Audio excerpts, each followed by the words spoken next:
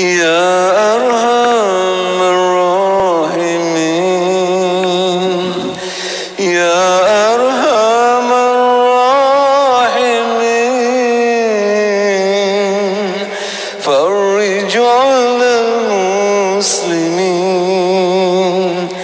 يا أرحم الراحمين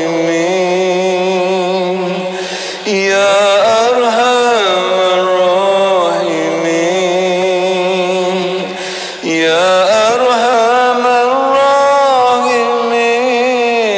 الراحمين فرج على المسلمين يا ربنا يا كريم يا ربنا يا رحيم أنت الجواد الحليم وأنت نعم المعين يا أرحم الراحمين يا أرحم الراحمين يا أرحم الراحمين فرج على المسلمين وليس نرجو سواك فادرك إليه دراك قبل الفناء والهلاك يا أم دنيا ودين يا أرحم الراحمين يا أرحم الراحمين يا أرحم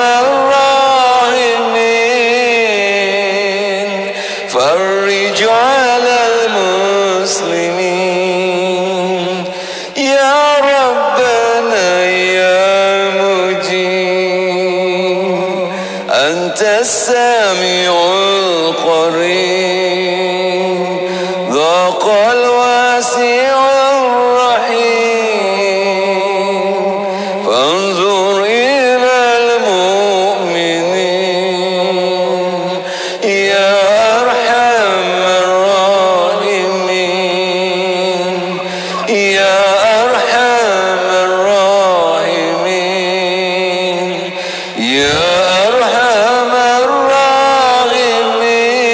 الراحمين فرج على المسلمين رب احينا الشاكرين وتوفنا مسلمين نبعث من الآمنين في زمرات السابقين يا أرحم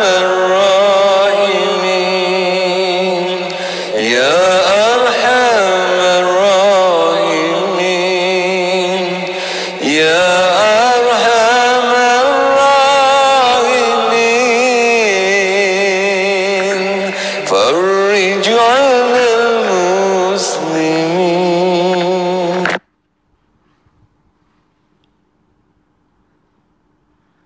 صلاة الله سلام الله على طه رسول الله صلاة الله سلام الله على ياسين حبيب الله توسلنا بسم الله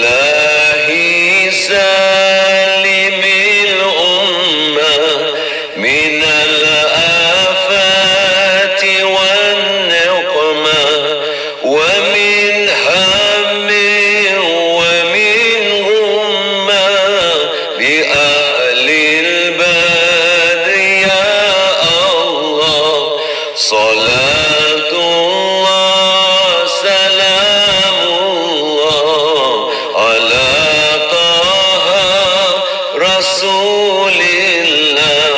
Salatullah salamullah ala yasin habibillah. Ilahi najina wa kashif jami'a adhiyati wasrif مكائد العدا والثف بأهل البدر يا الله. صلاة الله سلام الله على طه رسول الله. صلاة الله سلام الله على ياسين حبيب الله. إلهي اغفر وأكرمنا بنيل مطالب منا ودفع مساءة عنا بأهل البدر يا الله. صلاة الله سلام الله على طه رسول الله. صلاة الله سلام الله على ياسين حبيب الله. صلاة الله سلام الله على طه رسول الله. صلاة الله سلام الله على ياسين حبيب الله. على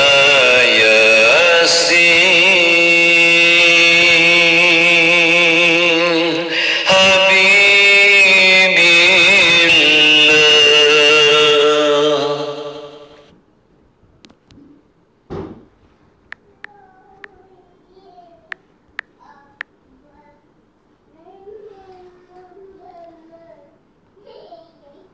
إن الله وملائكته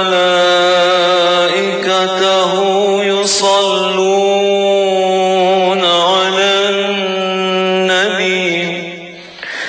يا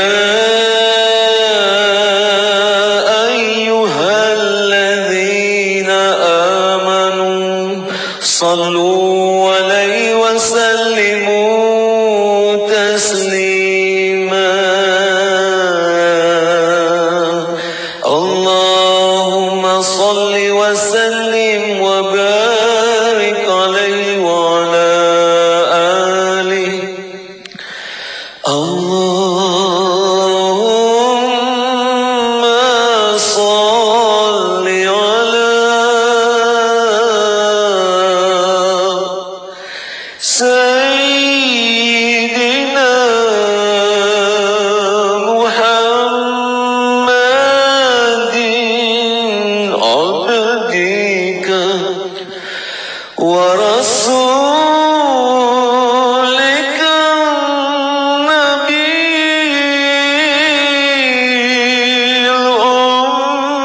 الأمي وعلى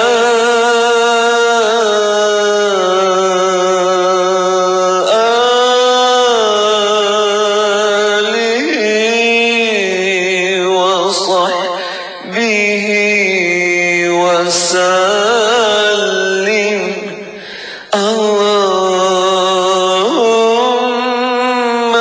صل على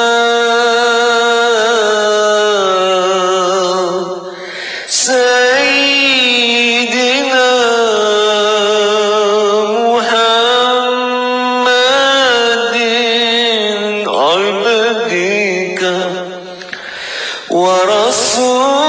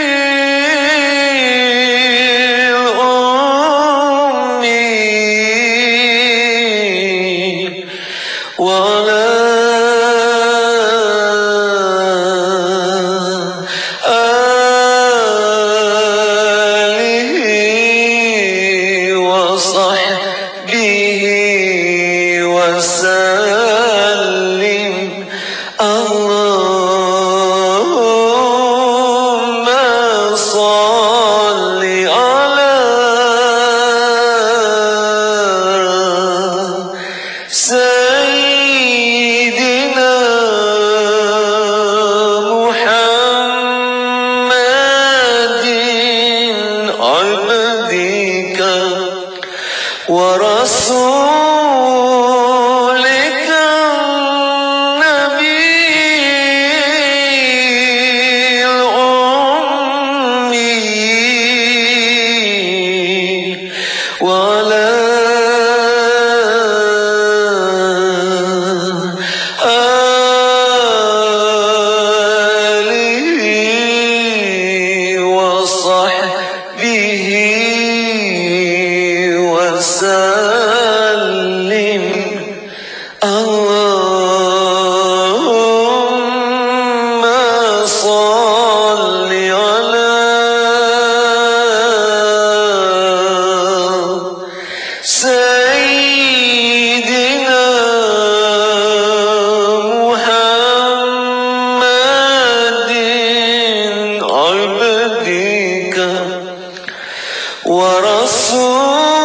ورسولك النبي الأمي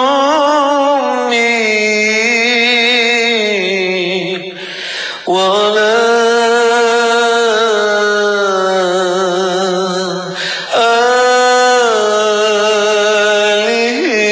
آله وصحبه وسلم اللهم صل على سيدنا محمد عبدك ورسولك النبي الأمي وعلى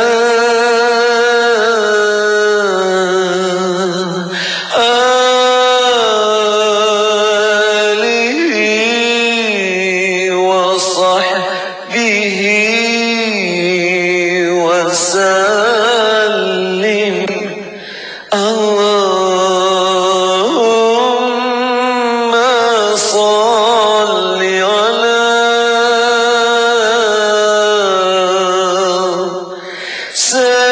سيدنا محمد عبدك ورسولك النبي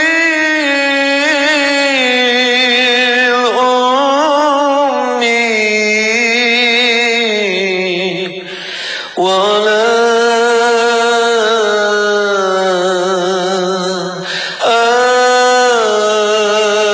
آله وصحبه وسلم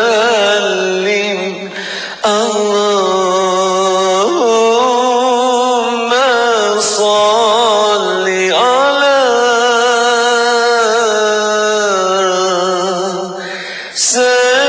سيدنا محمد عبدك ورسولك النبي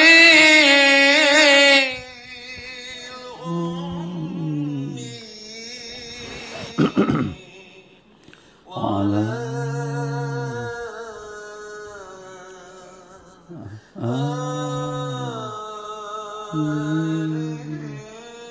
وصحبه وسلم.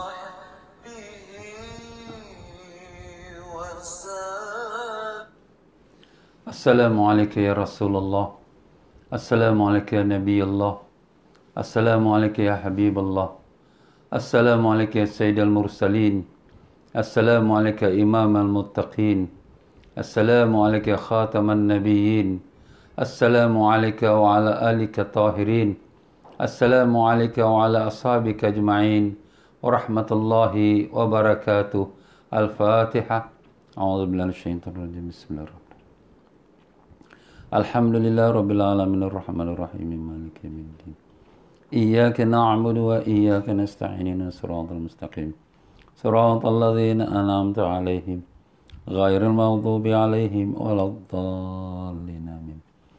بسم الله الرحمن الرحيم. الحمد لله رب العالمين. اللهم صل وسلم وبارك على سيدنا محمد وعلى آله وصحبه وسلم.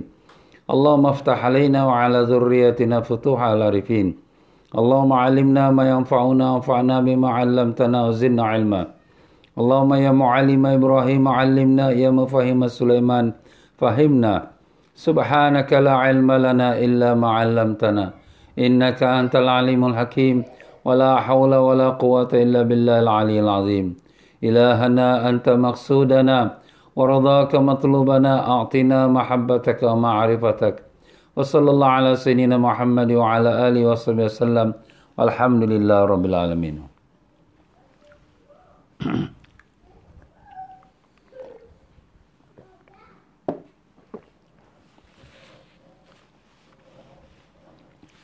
Bismillahirrahmanirrahim. Muslimin dan muslimat rahimakumullah. Assalamualaikum warahmatullahi wabarakatuh. Alhamdulillah, syukur kita pada Allah Ta'ala dengan limpah kurnia taufik hidayatnya telah diperkenankan kita untuk menyambung kembali dalam pengajian kitab Fiqhul Ibadat menurut mazhab Imam Syafi'i rahimahullah Ta'ala. Para jemaah sekalian semua, apa khabar? Alhamdulillah, semoga Allah panjangkan umur semua dalam sihat walafiat dan disembuhkan semua penyakit, dikabulkan sekalian hajat, ditanamkan iman dan taqwa, dibukakan pintu ma'rifat dan dimatikan semua dalam iman, dalam Islam, dalam husnul khatimah, dan ditemukan kita semua dengan Rasulullah sallallahu alaihi wasallam. Allahumma amin ya rabbal alamin. Ya para jemaah sekalian, alhamdulillah semalam kita telah menyelesaikan daripada bab mustahadah, iaitu perempuan yang keluar darah penyakit, dan kita telah membicarakan beberapa kategori-kategori wanita yang istihadah, yang di mana keluar darah tu tidak pada masa haid dan juga tidak pada masa nifas. Dan kita telah huraikan hukumnya satu persatu.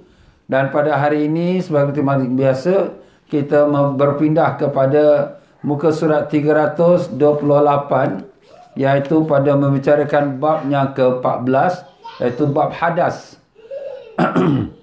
Jadi apakah yang dalam bab hadas ini? Maka marilah sama-sama kita bacakan Fatihah kepada Rasulullah sallallahu alaihi wasallam dan sekalian ahli keluarganya yang kita kasihi, dan sekalian para sahabatnya yang kita redai, dan kepada sekalian para tabi'in dan tabi'in dan para alim-alim ulama, para masyayikh, guru-guru kita khususnya Al-Imam Syafi'i rahimahullah ta'ala, sampailah kepada guru kita, tuan pengarang kitab ini, iaitu Habib Said Muhammad Amin bin Idrus bin Abdullah bin Umar bin Syekh Abu Bakar bin Salim, yang diberguru kepada Habib Zain bin Ibrahim bin Zain bin Semit, yang kedua-dua mereka masih lagi hidup dan berada di kota Madinah Munawwarah. Semoga Allah panjangkan umur kedua mereka dalam sihat walafiat dan lindungi mereka daripada segala perkara yang tak diingini. Dan semoga Allah merahmati sekalian roh para guru-guru kita, masyayikh kita, dan semoga Allah tinggikan darjat-darjat mereka dan melimpahkan barakah ilmu mereka kepada kita semua dengan berkat syafaat Nabi Rasulullah sallallahu alaihi wasallam. Al-Fatihah. A'udzubillahi minasyaitonir rajim. Bismillahirrahmanirrahim. Alhamdulillahirabbil alamin, arrahmanir rahim, maliki yaumiddin, iyyaka na'budu wa iyyaka nasta'in, ihdinas siratal mustaqim, siratal ladzina an'amta 'alaihim ghairil maghdubi 'alaihim waladdallin. Amin.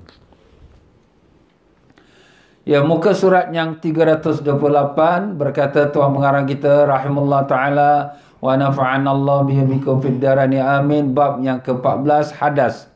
Definisi hadas. Hadas menurut bahasa adalah suatu kejadian. Menurut syariat adalah sesuatu yang bersifat abstrak. Abstrak tu benda yang tak nampak, yang tak boleh dipegang je, yang terdapat pada diri seseorang, yang dapat mencegah sahnya salat. Mana kalau dia berhadas, dia salat dia tidak sah. Apa yang menegah dia? Hadas. Apa tu hadas? Nak pegang pun tak boleh, nak tengok pun tak boleh. Itulah namanya abstrak, ya. Ya. Pembahagian hadas. Hadas terbagi pada dua. Satu hadas kecil, dalam bahasa Arab hadas asghar, iaitu yang mewajibkan wuduk, seperti keluar angin, kencing. Ini semua menjadikan kita hadas kecil. Dan hadas besar, hadas akbar, iaitu yang mewajibkan kita mandi, seperti janabah, seperti kita dalam junub, keluar sperma, iaitu keluar air mani, ataupun berlaku hubungan suami isteri, ataupun perempuan yang berhenti berdarah haid atau darah nifas. Jadi waktu dalam masa haid, dalam masa nifas, itu semua namanya hadas besar. Faedah. Sebagian ulama membagi hadas menjadi 3. Ada ulama bagi 3. Kita dah baru sebut 2. Hadas kecil, hadas besar.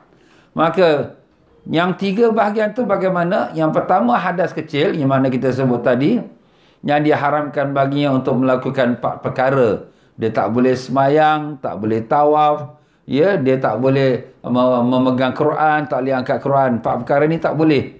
Ini akan kita huraikan lagi lebih dalam lah, ya. Ia diharamkan lakukan 4 perkara disebabkan kerana melakukan perkara yang dapat batalkan wuduk. Kerana dia hadas kecil. Seperti dia buang air besar, buang air kecil, dan dia buang angin, ya. Dan yang keduanya ialah hadas sedang.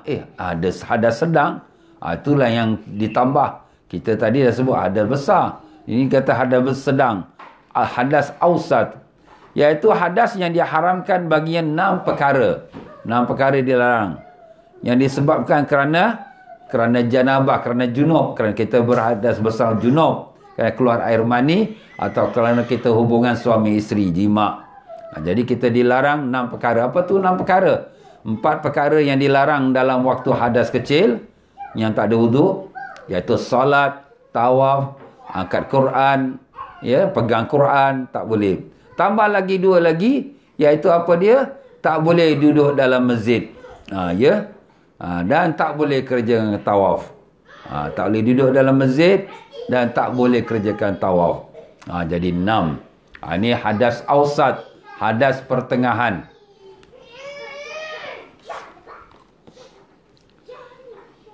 Tolong tengok budak-budak tu. Rotankan budak-budak tu, bising. Dan diam. Dan yang ketiga, hadas besar. Iaitu hadas yang diharamkan baginya 11 perkara yang disebabkan kerana keluarnya darah haid dan darah nifas. Ini pasal dia darah haid, darah nifas, tambah lagi. Tadi kita kata 6. Itu hadas ausat. Tambah lagi 5 lagi. Jadi yang dikatakan 11 tu apa dia? Iaitu tak boleh solat, tak boleh tawaf, tak boleh pegang Quran, tak boleh angkat Quran. Itu kerana tak ada wuduk pun sama. Dan tak boleh duduk dalam masjid dan juga tak boleh tawaf. Itu kerana kita pun dalam junub hadas besar, tak keluar air mani atau bersetubuh dengan isteri. Dan tambah lagi pula, apa lagi yang dilarang, yang 5 perkara bagi perempuan haid dan perempuan nifas. Dilarang itu puasa. Dan tak boleh dia bersuci dengan niat ibadat. Bersuci, dia ambil wuduk, niat ibadat tak boleh. Dan juga bercumbuan dengan suami dia, ya, bercumbuan atau bersenang-senang dan dengan antara pusat dan lutut, dan dia jatuhkan talak oleh suami. Suami tak boleh jatuhkan talak kalau isteri dalam haid atau nifas. Dan tak bolehlah melakukan melewati dalam masjid, tak boleh lalu dalam masjid, ya. Jadi ini semua tambahan. Jadi hadas besar bagi perempuan yang haid, yang nifas. Jadi betul juga 3 bahagian, ya. Yang dilarang 4 perkara untuk orang yang tak ada wuduk, hadas kecil. Yang dilarang 6 perkara, tambah lagi 2 bagi orang yang hadas sederhana, iaitu pertengahan, iaitu yang junub dan juga yang junub kerana keluar air mani ataupun kerana bercampur suami isteri. Tambah lagi 5, iaitu bagi perempuan yang haid dan juga perempuan yang nifas. Itu dia tuan-tuan, ya. Baiklah. Hal-hal yang diharamkan kerana hadas kecil dan hadas besar. Ini nak kita go to perinci lah sikit, ya. Perkara yang diharamkan untuk dilakukan kerana hadas kecil dan besar ada 4. Jadi yang hadas kecil ada besar semua, confirm ada 4. Ni hadas kecil pun sama, ada besar pun sama. Tapi ada besar, ada tambah-tambah lagi lah yang kita dah sebut tadi. Yang pertama, solat. Solat tu diharamkan melaksanakan solat, baik solat fardu seperti solat 5 waktu atau solat sunat seperti tahajud, atau yang serupa hukumnya dengan solat seperti sujud syukur, sujud tilawah, solat jenazah dan khutbah Jumaat. Khutbah Jumaat kena ada wudu, ya. Hal-hal tersebut tidak sah dilakukan dalam keadaan berhadas, meskipun kerana tidak mengetahui hukum atau kerana lupa, kecuali bagi seorang yang selalu keluar hadas, iaitu daimul hadas, maka hukumnya adalah sah. Jadi kalau sekira orang yang tak ada wudu, dia nak melakukan solat, tak sah. Ya, dia nak, kita katakan khutbah Jumaat, tak sah. Jadi itu semua dia mesti ada wudu, mesti suci dari hadas kecil dan daripada hadas besar. Melainkan orang yang daimul hadas. Daimul hadas sentiasa berhadas. Sentiasa berhadas itu mana sentiasa keluar yang membatalkan wudu. Seperti orang yang salasil baul. Salasil baul maknanya kencing yang tak putus. Dia jalan sikit, keluar air kencing dia. Sikit dia, 1 titis, 2 titis. Jadi orang ni berpenyakit. Atau darah istihadah. Yang istihadah baru kita selesailah semalam. Ataupun yang penyakit kentut-kentut. Angin dia sekeluar, pus-pus dia. Tak berhenti. Tapi bukan banyak. Pus keluar sikit. Tapi itu kadang-kadang was-was. Itu kita kena ada bezakan jugalah antara was-was dengan yang betul kentutnya, ya. Jadi orang yang berpenyakit tu dimaafkan. Sah salat dia walaupun keluar air kencing dia, walaupun keluar darah istihadah. Habis nak buat macam mana dia penyakit? Cuma ada syarat-syarat yang dah kita sebut semalam. Dia mesti ambil wudu selepas masuk waktu. Dia bersihkan dulu kemaluan dia, dia istinjakkan bersih, pakai kain dalam semua yang betul. Kemudian dia ambil wudu, terus sambung-sambung, terus pergi solat. Jangan dia lewat-lewat lagi. Itu antara syaratnya lah. Dan satu wudu untuk satu fardu. Baik, itu yang pertama yang dilarang bagi orang yang berhadas. Hadas kecil, hadas besar, ini yang pertama, solat. Dan dilarang yang kedua, hadas kecil, hadas besar, iaitu tawaf. Diharamkan melakukan tawaf, baik tawaf fardu seperti tawaf ifadah. Tawaf ifadah tu makna tawaf haji lah tu, ya. Tawaf rukun haji. Atau tawaf wajib. Tawaf wajib tu seperti tawaf wada', ya. Tawaf wada' ni ada khilaf lah. Ada ulama kata wajib, ada kata tak wajib, ya. Dan ataupun tawaf sunat seperti tawaf kudum. Tawaf kudum tu tawaf selamat datang. Tawaf wada' tu tawaf selamat tinggal, bye-bye. Nak ketinggalkan Mekah, nak balik ke negeri dia atau nak pergi ke Madinah, itu dia tawaf wada'. Dan maka tidak sah dilakukan dalam keadaan berhadas, kerana tawaf hukumnya adalah sama dengan solat. Itu dalam hadis Nabi ada sebut. At-tawafu kas-salah. Tawaf tu seperti solat. Jadi dalam hadis itu mengatakan tawaf tu seperti solat. Jadi apa hukumnya solat? Solat hukumnya mesti ada wudu. Tawaf pun kena ada wudu. Solat hukumnya mesti tutup aurat. Maka tawaf pun kena tutup aurat. Jadi samalah dia punya hukum. Cuma dalam solat tak boleh cakap-cakap. Tetapi dalam tawaf boleh cakap-cakap. Cuma kalau nak cakap, cakaplah yang baik-baik. Jangan gaduh-gaduh. Itu dalam masalah tawaf. Tawaf boleh bercakap, ya. Tapi cakap baik-baik. Itu dia perkara yang kedua yang dilarang dan diharamkan. Ini semua dikecualikan untuk orang yang berpenyakit daimul hadas. Daimul hadas ni dia orang yang kita kata special case lah. Ya, tak boleh kita nak hukumkan sama seperti orang yang biasa. Sebab ada masalah dia berpenyakit. Dan yang ketiga, yang dilarang dan diharamkan untuk orang berhadas, maupun hadas kecil atau hadas besar, menyentuh Al-Quran. Yang dimaksud dengan Al-Quran adalah setiap ayat Al-Quran yang ditulis di mana saja dengan maksud untuk dibaca atau dipelajari. Dia nak sentuh ayat-ayat Quran. Tak boleh sentuh. Habis kau tak ada wudu, kau macam nak sentuh Al-Quran. Walaupun ayat Quran tu tertulis kat satu kertas, dia nak sentuh ayat Quran tu, tak boleh. Aku bukan sentuh Quran, ni ayat Quran. Ayat pun itulah ni namakan Quran. Satu potong ayat pun, itu pun nama Al-Quran. Melainkan kalau dia bukan ayat Quran, ataupun diniatkan bacaan doa, seperti juga kalau kita kata Bismillahirrahmanirrahim.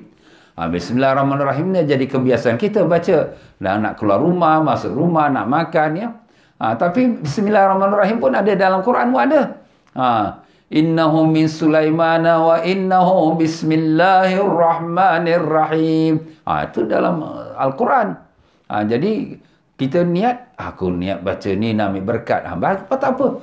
Ni boleh tak aku pegang ni? Baca Bismillahirrahmanirrahim. Boleh. Kalau dia niat tu itu sebagai doa. Jangan dia niatkan itu sebagai Quran. Jadi macam tu, ya. Jadi menyentuh Quran.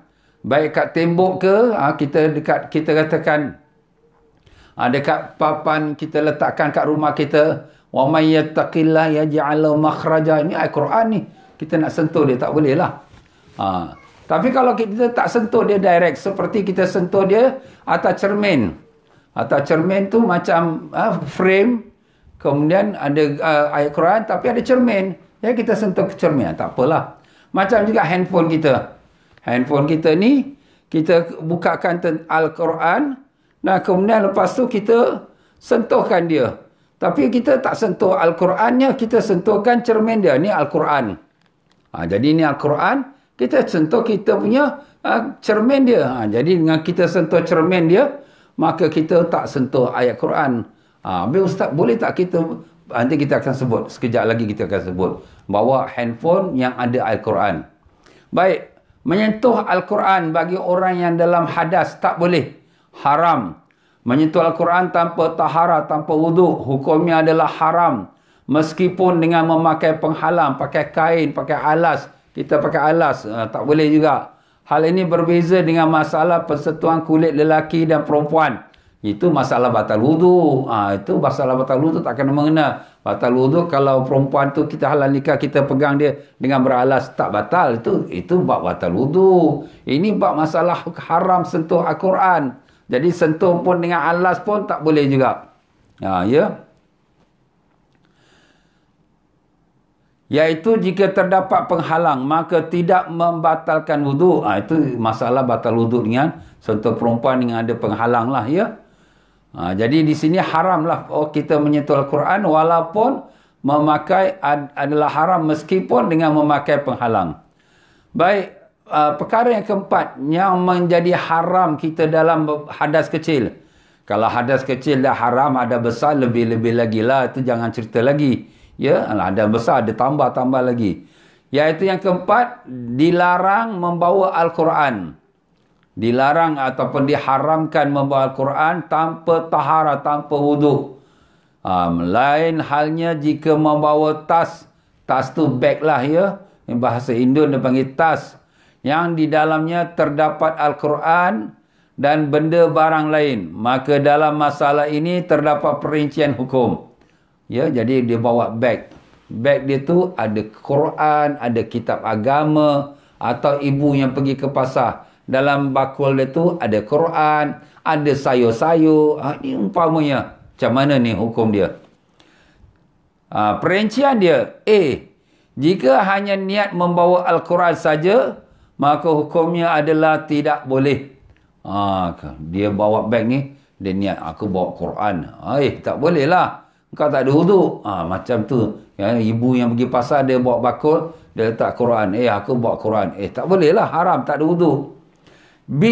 Jika hanya niat untuk membawa barangnya saja, maka hukumnya boleh.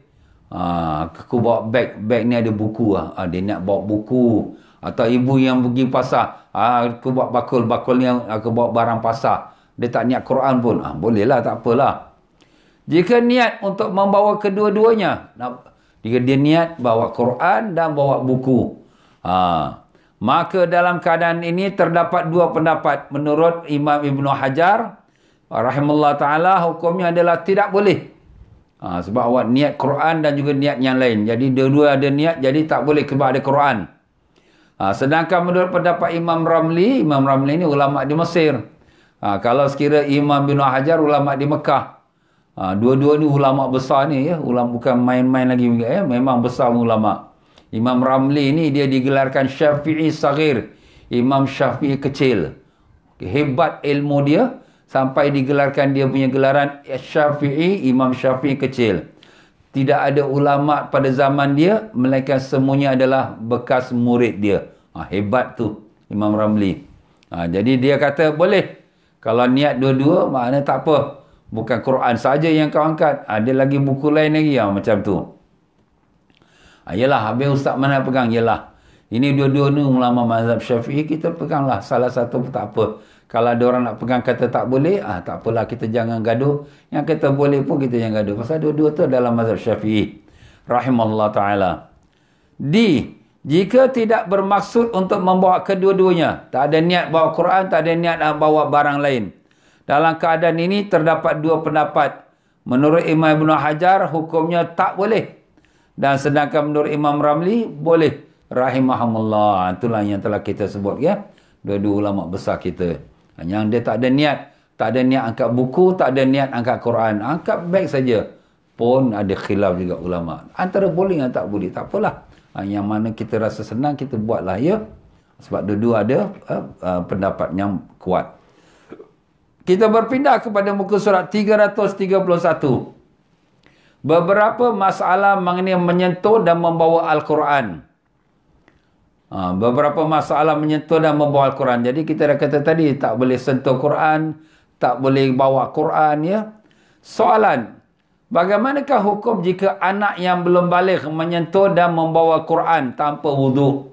Anak belum baligh, dia tak ada wuduk. Dia nak bawa Quran. Macam mana? Jawapan, dalam masalah ini terdapat perbezaan pendapat antara para ulama. Yang pertama, satu, jika anak tersebut belum mumayyiz. Belum mumayyiz tu maknanya masih anak-anak lagi lah, baby ke umur setahun, setahun setengah, 2 tahun lagi. Mumayyiz tu maknanya yang berakal, yang dapat beristinja sendiri ya. Dia faham apa kita cakap, itu maknanya mumayyiz. Nak cakap dia boleh istinja sendiri ustaz, umur 5 tahun macam tu. Yalah agaknya lah. Ada budak dia bijak cepat sikit ya. Ada budak dia lambat sikit IQ dia, 5-6 tahun dia makan masa untuk nak istinja sendiri.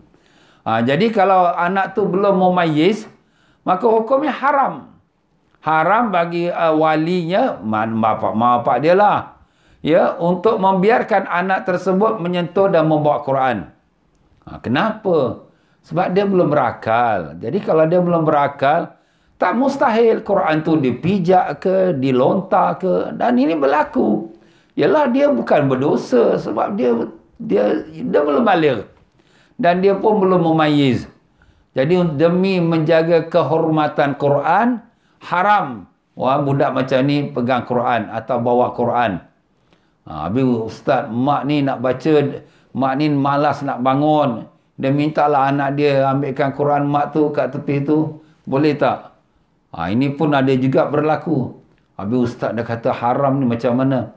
Tengoklah tujuan yang dikatakan haram tu ialah menjaga kehormatan Quran. Jadi jangan sampai Quran tak dihormati, nanti dicampak, dipijak. Kita nak salahkan budak, tak boleh. Budak bukan ada akal lagi, dia belum mumayyiz. Kita lah mak bapak yang kena tahan dia. Tapi kalau kita yakin anak ini okey, dia faham, selalu tiap-tiap hari bapak baca Quran, dia bawakan Quran untuk bapak. Okey. Kalau macam tu tak apa. Kalau terpelihara lah daripada perkara yang kurang adab kepada Quran, terpelihara, okeylah tak apa. Kita ada exceptional case, pengecualian, case pengecualian. Kalau tidak, hukum umumnya tak boleh. Yang kedua, jika anak tersebut telah mumayyiz, kalau dia dah berakal, ya, dah 6 tahun, 7 tahun, tapi belum baligh, yalah, tapi dah berakal, maka menurut Imam Ibn Hajar dan Imam Ramli, hukumnya adalah boleh. Menyentuh dan membawa Quran tanpa wuduk jika untuk belajar saja. Untuk dia belajar saja. Habis ustaz, kalau dia nak bawa untuk mak bapak dia, tak boleh. Ini untuk dia belajar saja. Atau untuk dia nak baca Quran, dia nak pergi belajar baca Quran. Tapi menurut pendapat Imam Ibn Makramah, seorang ulama lagi ya, tapi jarang kita dengar nama dia. Hukumnya adalah boleh meskipun bukan untuk belajar. Dia nak bawa ke untuk mak ayah dia. Misal kata, ya, mak dia malas nak bangun. Boy, ambilkan mak punya Quran tu boy. Panggil boy pula. Sampai dah besar pun panggil boy juga. Dah terbiasa kan, kecil-kecil panggil boy. Dah besar pun panggil boy. Apa nak buat? Tak apalah. Bukan masalah besar. Jadi macam itulah, bawakan Quran. Itu pada pendapat yang membolehkan. Jadi tengoklah, kadang-kadang perkara ni kita jangan rumitkan sangatlah, ya. Kalau perkara menjaga adab Quran itu terpelihara, kehormatan Quran tu terjaga, ada pendapat yang mengatakan boleh. Tak apalah, ambilkan mak Quran mak kat situ anak. Jadi anak dia pun ambilkan, sayang tolong ambilkan, alhamdulillah. Okey. Yang kedua, bagaimanakah hukum membawa anak kecil yang sedang membawa Quran? Mak dukung baby. Atau anak kecil lah, umur 2 tahun. Anak yang kecil ni pula rajin pula, dia pegang Quran pula. Alamak, macam mana ni dia pegang Quran ni, nak dukung dia ni? Jawapan di sini, terdapat perbezaan pendapat. Pendapat pertama, pendapat Imam Ramli, hukumnya boleh. Imam Ramli nampaknya fleksibel dalam perkara-perkara ni. Kita tengok tadi, daripada tadi kita kata, dia kata boleh. Ibnu Hajar nampak macam, bukan kata strict, tapi dia cukup jaga. Dia cukup jaga. Nak cakap strict ni makna dia melebih-lebih. Tapi dia cukup jaga. Dia cukup jaga. Ini kita dengan alim-alim ulama pun kita kena jaga juga. Kita words kita, perkataan kita. Sebab kalau kita melimpahkan perkataan yang tak sesuai, itu kita su'ul adab, kurang adab dengan ulama. Mereka ni bukan sembarang orang. Hafiz Quran, hafiz hadis, ulama besar ya. Kita ni kucing kurap aja, maaf lah ya. Jadi dia lebih berjaga. Jadi itu the correct word. Jadi menurut Imam Ibn Hajar, hukumnya adalah sama dengan perincian hukum membawa tas atau barang lain. Macam tadilah. Kalau kita niat angkat beg tu, angkat buku. Angkat buku saja tak apa lah. Kalau kita niat kita angkat Quran, tak boleh. Macam tu juga kita angkat baby. Kita niat angkat baby, tak apa boleh. Tapi kalau kita niat angkat Quran, tak boleh. Jadi macam tu lah. Kembali pada masalah angkat beg lah tadi ya. Masalah ketiga, soalan yang ketiga. Bagus kitab kita ni, dia bagi kita dia soalan, dia jawab, dia soalan, jawab. Pasal apa? Ini semua perkara yang sering berlaku di dalam masyarakat dalam masalah baca Quran, angkat Quran dan berpindah-pindah ya. Bagaimanakah hukum menyentuh kulit Al-Quran tanpa wudu? Dia tak sentuh Quran, dia sentuh kulit. Jadi kita pergi ke depan kita punya almari kita tu, kita sentuh kulit dia saja. Sentuh kulit aja. Kita tak sentuh dia punya isi dia. Maka jawabnya, kulit Al-Quran tidak boleh disentuh dan dibawa kecuali jika tidak dinisbahkan lagi kepada Quran. Seperti telah digunakan sebagai kulit kitab yang lain. Jadi kalau sekiranya dia masih lagi, dia intact dengan Quran ya. Intact ni Quran umpamanya. Dia intact lagi. Ni kulit dia. Kita tak nak pegang, tak boleh. Tapi kalau dia sudah dipisahkan daripada Al-Quran, cuma kita ambil gunakan dia punya kulit dan saya cover dia untuk kita letakkan buku kita, muzakirat kita punya nota-nota kita ya. Kalau itu dah bukan kitab Al-Quran lagi. Jadi itu bolehlah ya. Jadi itu dia punya jawapan dia. Soalan yang keempat, bagaimanakah hukum menyentuh Al-Quran jika dijilid dengan kitab lain? Ni Quran dan juga kitab lain disatukan satu jilid, satu cover. Jadi kalau kita satu kitab ni dia dalam dia setengah hantu Quran. Quran. Satu kitab ni Quran. Sedang satu kitab lagi ni bukan Quran. Kemudian dia dijilid satu jilid. Satu jilid tu satu cover. Macam mana ni? Jawapannya, dalam masalah ni terdapat 3 pendapat. 3 pendapat. A, menurut pendapat Imam Ibn Hajar rahimahullah ta'ala, hukumnya adalah tidak boleh disentuh dari semua arah. From anywhere, from the angle. Tak boleh. Sebab awak dah kira angkat Quran. Itu dalam dari Quran. Itu dia. Imam Ibn Hajar. Menurut pendapat Imam Ramli, hukumnya adalah tidak boleh disentuh jika dari arah sisi Al-Quran. Jadi kalau kita kata kitab ni bahagian depan dia tu Quran. 300 muka surat depan Quran. 300 muka surat yang belakang ini bukan Quran. Jadi kalau kita pegang daripada yang bahagian Quran, itu kira Quran, tak boleh. Kalau kita pegang daripada belakang dia bukan Quran. Ni kitab ni. Maka boleh. Dia tengok angle mana you buka. Kalau angle bahagian Quran, tak boleh. Kalau angle yang bukan bahagian Quran, boleh. Itu pada pendapat Imam Ramli. Dan menurut pendapat Imam Makramah, sekali lagi, Imam Makramah, hukumnya adalah boleh disentuh dari semua arah. Mana arah pun tak apa. Yang atas, yang bawah, depan, belakang boleh. Itulah dia. Imam Makramah. Jadi kalau kita susah sangat dia, kita boleh juga pegang pendapat Imam Makramah. Sebab tu tujuan kita punya tuan pengarang kita ni, dia dah masukkan nama ulama ini dan juga pendapatnya. Sebab kadang-kadang kita menjadi sulit. Yalah, ulama-ulama kita tu nak jaga. Tapi ialah ada kala menjaga tu pun kerana menjadi kesulitan untuk kita nak praktikkan. Jadi oleh kerana tu tuan pengarang kita ini ada pendapat ulama juga. Ini pun mungkin dah ada sandaran dia, kita masukkan. Jadi kalau orang rasa berat sikit nak pegang pendapat Imam Ramli ataupun Imam Ibn Hajar, ini ada juga ulama kata boleh.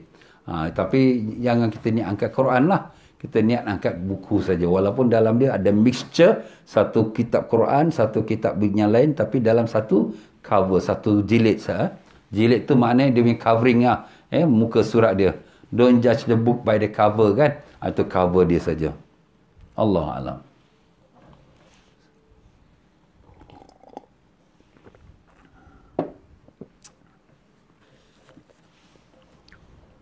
Yang kelima, bagaimanakah hukum membawa Quran bagi seorang yang dalam keadaan berhadas? Kita nak angkat Quran dalam keadaan kita berhadas, macam mana ni? Seorang dalam keadaan berhadas tidak boleh membawa Quran kecuali dalam keadaan darurat dan tidak memungkinkan untuk berwuduk, juga bertayamum. Maka boleh, bahkan wajib untuk mengambilnya atau membawanya. Contoh, jika akan jatuh ke tempat najis atau menyelamatkannya dari penghinaan orang kafir. Kita nampak Al-Quran, satu selembar Quran di tepi jalan. Ada satu ketika dulu juga, Quran, lembaran-lembaran Quran dijadikan bungkusan barang jualan di kedai. Ini memang disengajakan oleh orang-orang yang dengki pada agama Islam. Dia menjadikan kertas-kertas daripada Quran, jadi kerat-keratkan dia, jadi bungkus barang jualan. Kita pun nampak, kemudian kertas tu tersebar tepi jalan. Ya Allah, ini nanti orang jalan pijak-pijak ni. Astaghfirullah, satu penghinaan pada Quran. Habis apa kita nampak? Wajib diselamatkan. Saya tak ada wuduk. Pergi ambil wuduk. Nak ambil wuduk tak tahu kat mana nak ambil wuduk, tak ada air. Tayamum. Alamak, nak tayamum tak ada debu. Sini semua simen, semua jalan raya. Macam mana? Okeylah, atas dasar darurat, kita angkat dia dengan niat untuk nak menyelamatkan dia, menyelamatkan Al-Quran. Itu dasar darurat lah tu. Jadi kalau kita dah dapat, kemudian kita dah sampai tempat yang kita ada, tempat yang kita boleh selamatkan, letakkan kat masjid ke, ya, atau dalam buku ke, kemudian ataupun kita pergi ambil wuduk supaya kita pun dalam wuduk. Itu caranya lah. Kalau kita dalam mazhab Syafi'i, jadi tak boleh kita bawa Quran walaupun dengan beralas. Jadi Quran tu kita angkat tu dengan alas. Tadi kita dah sebut juga, tapi nak clearkan picture dia, kita angkat dengan alas. Tak boleh juga. Ustaz saya tak pegang, saya pegang dengan alas. Tak boleh. Tapi dalam mazhab Hanafi boleh. Dia boleh pegang Quran dengan beralas. Maknanya dia tak sentuh, tapi dia cuma pegang, tapi dia beralas. Itu dalam mazhab Hanafi boleh pula. Itu pun satu jalan keluar. Andai kata kita ni balik daripada Mekah, balik pada haji atau umrah, nak keluar daripada immigration airport Jeddah ke Madinah ke, dia bagi Quran. Ini dia bagi Quran. Quran betul-betul Quran. Kadang-kadang dia bagi Quran yang ada translation, okeylah. Kita niat angkat buku translation. Jangan niat angkat buku Quran ya. Kalau ada buku translation, kita niat angkat buku. Tapi kalau tak ada buku translation, Quran, solid Quran. Macam mana Ustaz? Saya tak ada set wuduk ni. Alamak, dekat depan pintu nak keluar exit tu dia bagi. Kita ingat kalau dia bagi tahu awal-awal, kita ambil wuduk dulu. Tak bagi tahu awal. Kita keluar, depok bagi Al-Quran. Ambil bagi Quran. Habis macam mana? Kita boleh taklid pada mazhab Hanafi. Kita ambil sapu tangan kita. Ya, kita pun halaskan sapu tangan kita. Kita pun ambillah Quran dia. Hadiah. Simpan. Terima kasih. Thank you. Syukran. Macam itulah. Ini kalau sekira berlaku. Ini memang berlaku pun ya. Dia biasalah sampai-sampai dah pernah di Mekah tu. Tapi ni selalunya kalau musim haji dia bagi. Kalau musim umrah ni kadang-kadang dia bagilah. Ya. Itu tak tentu lagi. Baik, kita muka surat 333. Soalan yang ke-6. Ini kita baca soal jawab ni pun bagus juga. Jadi make everything clear. Bagaimanakah hukum seorang yang dalam keadaan berhadas jika membuka lembaran kertas Quran dengan batang kayu atau lainnya? Jadi dia tak ada wuduk. Dia pun ambillah Quran, batang kayu dia Quran, rotannya. Dia pun alihkan muka surat. Dia baca, alih muka surat. Boleh tak? Sekarang saya tak pegang dia Ustaz. Saya pakai batang kayu atau pen. Atau macam mana? Jawapannya, boleh. Bagi seorang dalam keadaan berhadas untuk membuka lembaran kertas Quran dengan pena atau yang sejenis. Dan haram pakai jari. Tak boleh. Ini jari awak tu awak dah sentuh dia tak boleh. Ya? Walaupun dilapisi dengan kain. Pakai alas kain pun, tissue paper pun tak boleh. Sebab itu awak punya jari sendiri. Itu hukum dia. Soalan yang ke-7. Bagaimanakah hukum menyentuh atau membawa kitab tafsir terjemahan Al-Quran? Ini kita tadi sebut. Jika huruf tafsir atau terjemahannya tersebut lebih banyak, maka boleh menyentuh dan membawanya. Menyentuh dan membawa apa? Menyentuh membawa buku dia. Ya. Tapi kalau kita buka dalam buku dia tu, ada ayat Quran, ada tafsir. Ada Quran, ada tafsir. Haram kita pegang Quran dia. Haram. Ini yang first part yang kita dah sebut tadi. Orang tak ada wuduk, tak boleh sentuh Quran. Tak boleh sentuh tulisan Quran. Itu kena direct to the point. Tak boleh sentuh tulisan Quran. Jadi ustaz kata tadi boleh pegang buku tafsir. Yes, boleh. Tapi yang bukan huruf Quran. Itu kita kena faham. Ya, maaf ya. Fahamlah tu, semua dah tahu dah tu hukumnya ya. Baik. Kalau dia niatkan untuk dia angkat buku tafsir dan dia, dalam tafsir tu ada terjemahan dan terjemahan tu lebih banyak, maka boleh sentuh. Akan tapi jika sama ada atau sebaliknya, hukumnya tak boleh. Kalau sama banyak tafsir dengan dia punya Quran, sama banyak wording dia. Macam mana nak tahu sama banyak? Dia tak ada banyak explanation tafsir dia. Macam mana ayat Quran, dia terjemah sampai situ je. Ada setengah kitab tafsir tu dia terjemah, dia ada huraian, ada terjemahan, ada tambah-tambahan lagi. Itu maknanya dia punya tafsir tu lebih lah. Itu kita niat angkat kitab tafsir. Tapi kalau dia punya tu sebagai solid, only translation saja, Quran translation tu, itu kalau dah sama banyak ataupun Qurannya lebih banyak, tak boleh kita angkat. Tu kita kena faham lah ya. Dah sama hukum macam hukum Quran. Kulit dia pun tak boleh pegang, tak boleh nak kita angkat pun tak boleh. Yang ke-8, soalan ke-8. Bagaimanakah hukum menyentuh atau membawa lemari khusus tempat Quran dalam keadaan berhadas? Kita nak pindah rumah. Kita ada dalam rumah kita satu almari khas Al-Quran saja. Ni almari ni khas Quran ada. 2-3 Quran ada. Banyak ni. Daripada pergi Mekah tahun sekalian, pergi ke Mesir tahun sekalian, ini pergi ke Yaman setahun. Banyak collection Quran kau bagus lah. Alhamdulillah. Sekarang nak angkat ni almari macam mana ni? Dia adalah hadas. Apakah hukum dia? Kita ni angkat almari. Nanti dulu. Jawapan, jika terdapat Al-Quran dalam almari tersebut, maka hukumnya adalah tidak boleh. Kalau ada Quran. Kalau tak ada Quran, semua dah Quran semua dah keluar, dah kosong dah. Angkat almari. Angkat almari tak kisahlah, angkat kayu je, bukan di Quran ya. Itu dia. Dan jika tidak terdapat Quran dalam almari tersebut, maka hukumnya bolehlah. Almari kosong, tak ada kena-mengena lah hukum Quran tak Quran. Yang ke-9, soalan, bagaimanakah hukum jika seorang yang dalam keadaan berhadas menyentuh atau membawa handphone yang di dalam terdapat Al-Quran. Macam kita sebut tadi. Jadi sekarang handphone dia, dalam dia ada Al-Quran. Ni ada surah Maryam. Ya. Dalam ada Al-Quran. Macam mana ni? Ini jawapan dia. Perinciannya.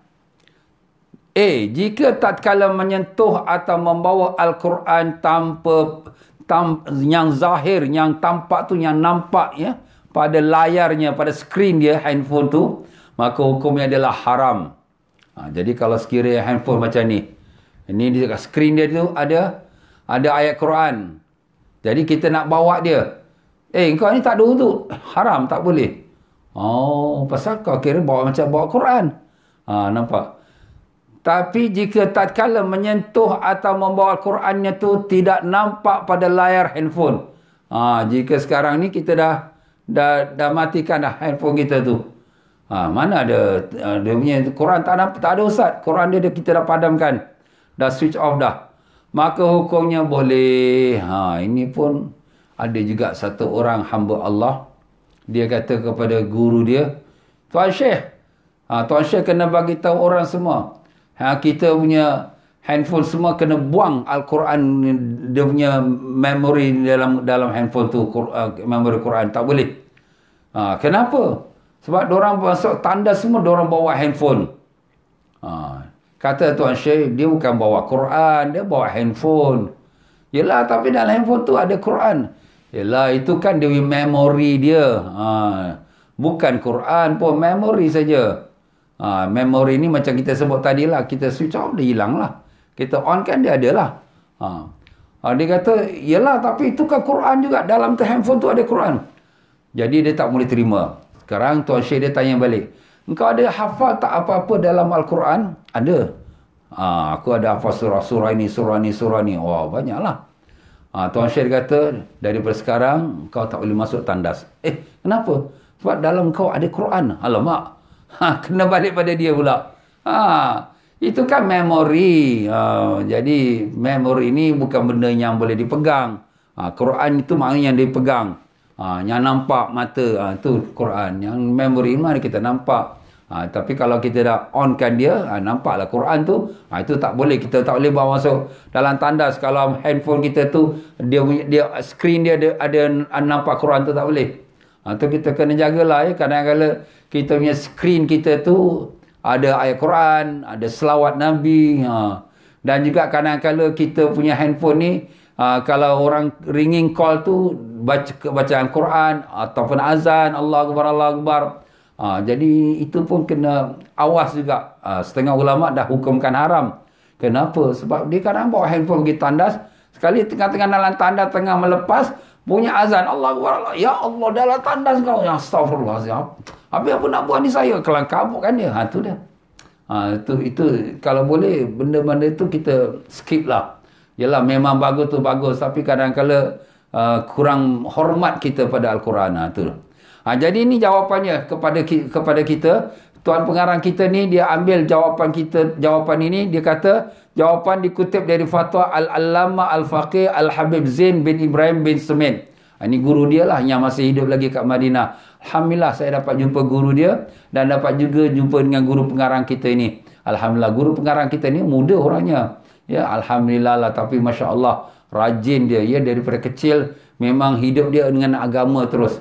Tapi alhamdulillah lah, dia pun keturunan Nabi. Dua-dua gurunya pun keturunan Nabi. Allahumma salli alaihi.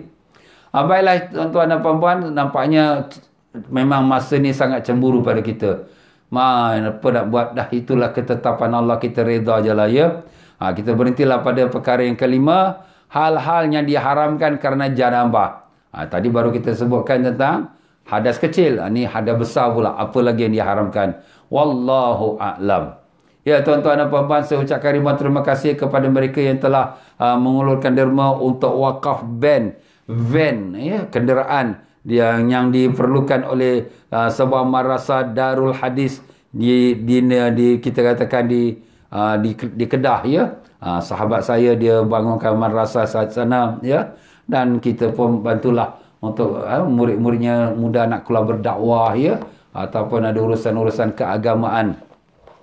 Dan terima kasih juga kepada mereka yang derma untuk pembangunan madrasah. Madrasah yang sedang kita bangunkan di Kemboja sudah masuk madrasah yang ke-6. Dan ke-6 ni masih lagi belum lagi cukup dananya. Dan madrasah yang ke-7 masih menanti. Jadi saya kata nanti dululah kita go one by one.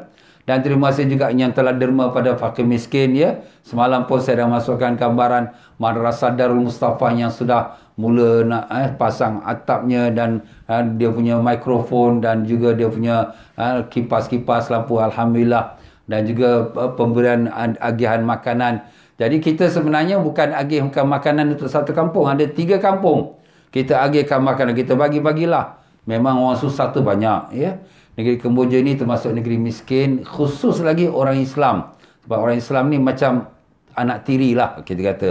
Taklah seperti orang-orang yang bukan Islam tu memang negeri pemerintah dia. Tapi apa nak buat ni? Tapi syukurlah. Saudara-saudara Islam kita pun banyak bantu. Termasuklah anda yang membantu. Terima kasihlah banyak. Jazakumullah khair. Semoga setiap satu sen derma daripada anda yang derma maupun untuk wakaf van, maupun untuk madrasah, untuk fakir miskin, semuanya tidak akan hilang.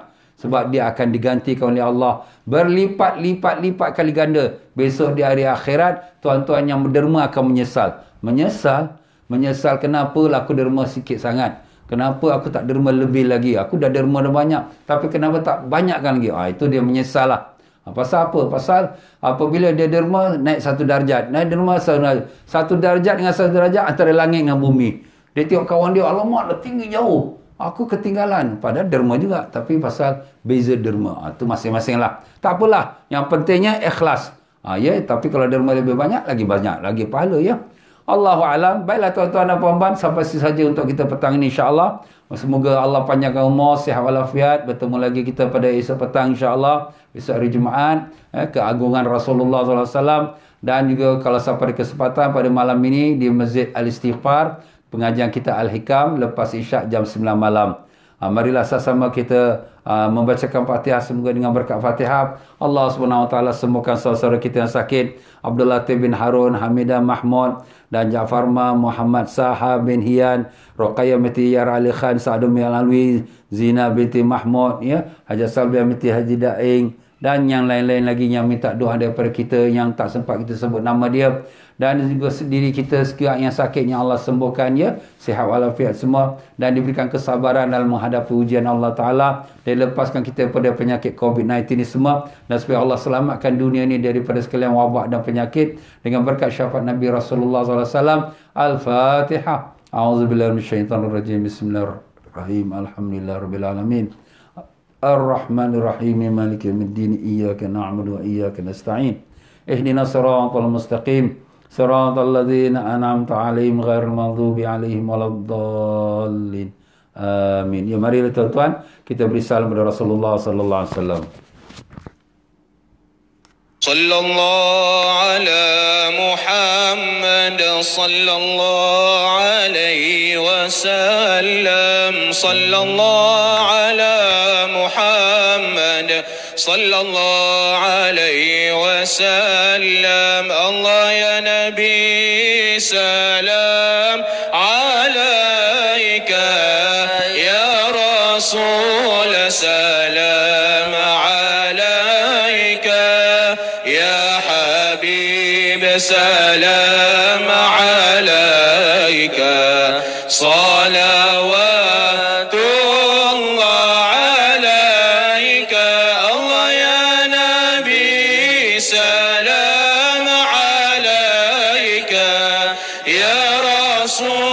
سلام عليك يا حبيب سلام عليك صلوات الله عليك أشرق الكون ابتهاجا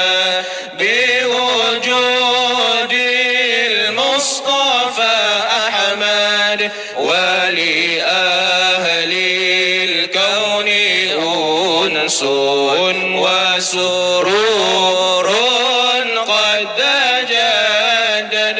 الله يا نبي سلام عليك، يا رسول سلام عليك، يا حبيب سلام عليك. صلوات الله عليك.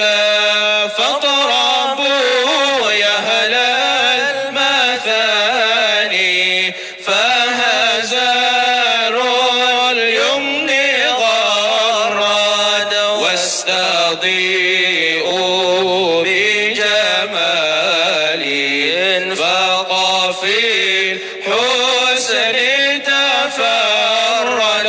الله يا نبي سلام عليك، يا رسول سلام عليك، يا حبيب سلام عليك. صلوات الله عليك. مرحبا مرحبا يا نور عيني، مرحبا مرحبا جد الحسين، مرحبا يا رسول الله أهلا مرحبا بك، إن بك نسعد. مرحبا مرحبا يا نور عيني، مرحبا مرحبا جد الحسين، مرحبا وبجاهي يا إلهي، مرحبا جود وبلغ كل مقصد. مرحبا مرحبا يا نور عيني، مرحبا مرحبا جد الحسين، مرحبا واهدنا نهج سبيلي، مرحبا كي به نسعد ونرشد. مرحبا مرحبا يا نور عيني، مرحبا مرحبا جد الحسين.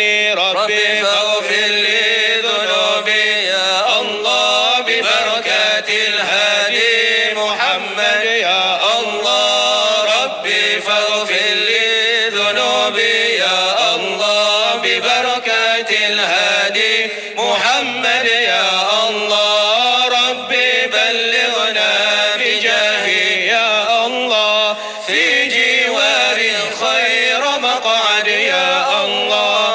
ربي فاغفر لي ذنوبي يا الله، ببركة الهادي محمد يا الله. وصلاة الله تغشى يا الله أشرف الرسل محمد يا الله. ربي فاغفر لي ذنوبي يا الله، ببركة الهادي محمد يا الله. وسلام مستمر يا الله، كل حين يتجدد يا الله.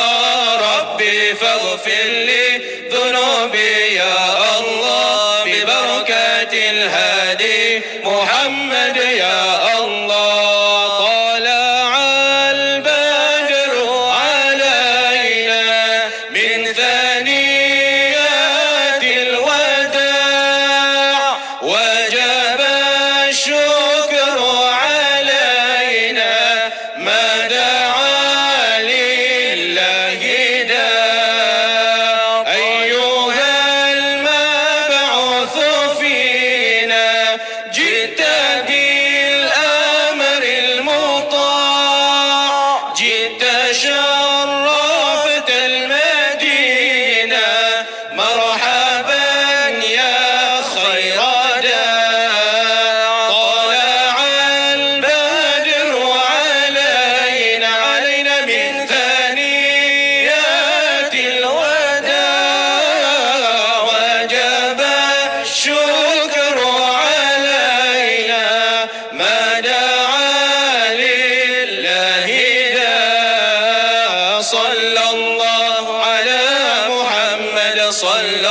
الله عليه وسلم صلى الله على محمد صلى الله عليه وسلم صلى الله على محمد صلى الله عليه وسلم اللهم صل وسلم وبارك عليه وعلى آله. Sekian saja para jemaah sekalian. Assalamualaikum warahmatullahi wabarakatuh.